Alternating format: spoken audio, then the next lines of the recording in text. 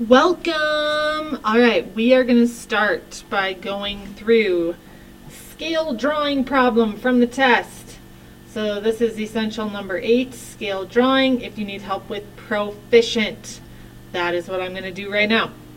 So we have this scale drawing of a gym floor, and this is super important, the scale given right here. Every centimeter in the drawing is worth 4 meters in real life.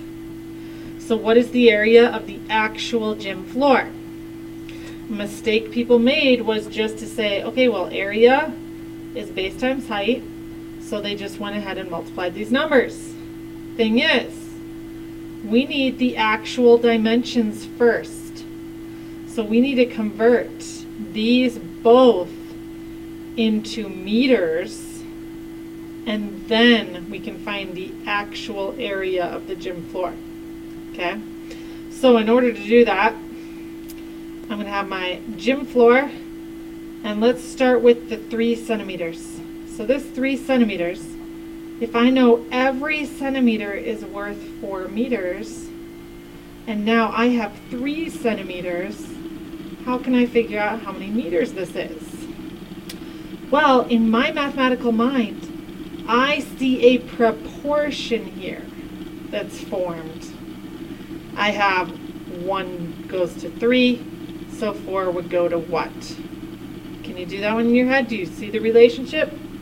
1 times 3 is 3, so 4 times 3 would give me 12. So this, in actuality, is 12 meters.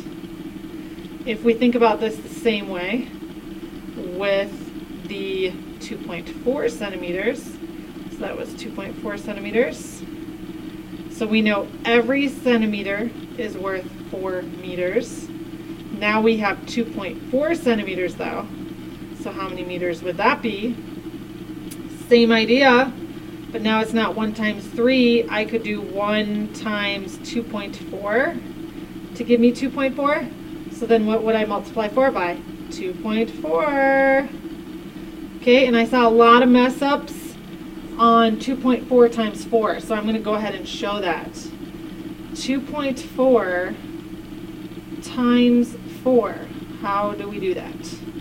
That's 24 times 4 without the decimal, which is 16, carry the 1. 4 times 2 plus 1 is 9. And then I have 1 number after the decimal, so I'm going to move the decimal 1 spot.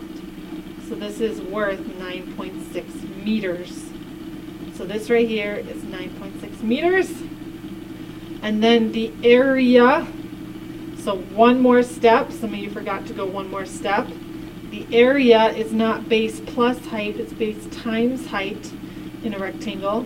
So I have to take 12 times 9.6. So I could set that up as 96 times 12 or 12 times 96, either way. Multiply it through, add it up, and I get 1152. But then I have to remember I have 1 number after the decimal, so I move that decimal 1 spot. And the actual gym floor has an area of 115.2 square meters. Okay, so that is the proficient problem for number 8. If you'd like help on the exemplary problems, come in and work with me during the Mustang time, and I can help you. Let's look at number 9, the proficient drawing geometric shapes. So part A, if you got that part wrong, it tells me that one side of the triangle is 8 centimeters long. Specifically says it has to be 8 centimeters. Then circle the only pair of measurements possible for the other 2 sides. So I know 1 is worth 8. And so if one of them is for surely 8, then let's say I choose 3. The other side with 3 and 2. Would that work? Well, think about it. 8 across the bottom, 3 on the side, 2 on the other side. They will never match up. These are too short. They have to be greater, the sum of them have to be greater than 8. 3 plus 2 is not greater than 8. So that's not going to work. So let's do 3 with 4. Well, still, 3 plus 4 is 7. They still won't touch. So it won't be good. How about 3 and 6?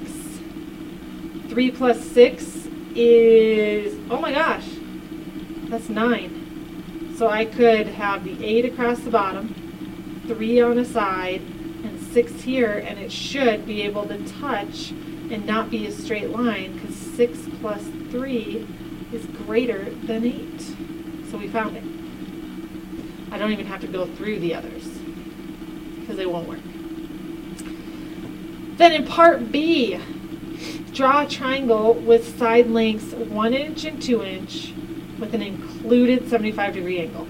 So that's all that has to happen in my triangle, meaning the third side, I'm not telling you specifically what measurement it will be, and I'm not telling you what the other two angles will be. I just want you to make sure that there is a 75-degree included angle between these two sides. So I don't have a protractor on this thing, but I will just show you how I would start this. I would start by drawing a 1-inch base with my ruler, 1 inch. And then from there, I'm not going to draw the 2-inch side yet. I'm going to draw the 75-degree angle from one of these vertices. So I'm either going to draw it from the left or from the right. I like working from the left. So then I would go ahead and put my protractor here, if I were to draw out my protractor, center it. And then I'm going to measure from here, and I'm going to go up till I hit not 90 degrees, not 45 degrees, but 75. So somewhere in there. And then, so I have my little mark at where 75 degrees was. And then I'm going to come ahead and draw from this point 2 inches this way. So I'm going to go 2 inches.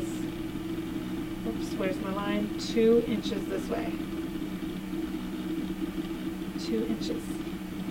And I also am going to label that this is 75 degrees. This angle that we just measured with the protractor was 75 degrees. And then what happens is I just, then from my two vertices that aren't connected to each other, I would just connect them. And what do I have labeled? 2 inches, 1 inch, and the 75-degree angle that is included between 2 and 1. Again, if you need help on the exemplary problem, come in, Mustang time, talk to me. Last problem, number 10. Areas of 2D figures. And as you notice, this is what's known as a composite shape. It's made up of 2 or more basic shapes. So I'm going to go ahead and break it up so that I can find the area of this composite shape. There are different ways to break it up. I will show one way. The majority of people chose to look at it as one big rectangle and one small square. So let's say I find the area of the pink rectangle, and I'm going to need to add that to the area of the small square. And why am I calling the big one rectangle? Because across the bottom the base is 24. And what is this height, or that width? Well, in order to get this amount, I'm going to have to look over here. From here to here is 7. Then from here to here is 6. And then another 7. So 7 plus 6 plus 7 is going to be 20. So a lot of people got that part wrong. So that's a 20 by 24 rectangle. And then the square, I call that a square because all sides are the same. It's a 6 by 6. So then the area there is going to be 24 times 20. And if I use some strategies to multiply this, I could just do 24 times 2 and then add on that 0. And 24 times 2 is 48. Add on that 0. So I get 48. Add on that 0 because we're really doing 24 times 20. So I get 480 for the area of that rectangle. And then the area of the square would be base times height, 6 times 6, which is 36. So I would add 480 plus 36, 480, the area of the rectangle and the area of the square, added together. Some of you had issues with just adding in the end. And I am at 516 square feet. Again, if you want help on the exemplary, come in Mustang time. Talk to me. All right? Hopefully you got your corrections. And I will see you in class.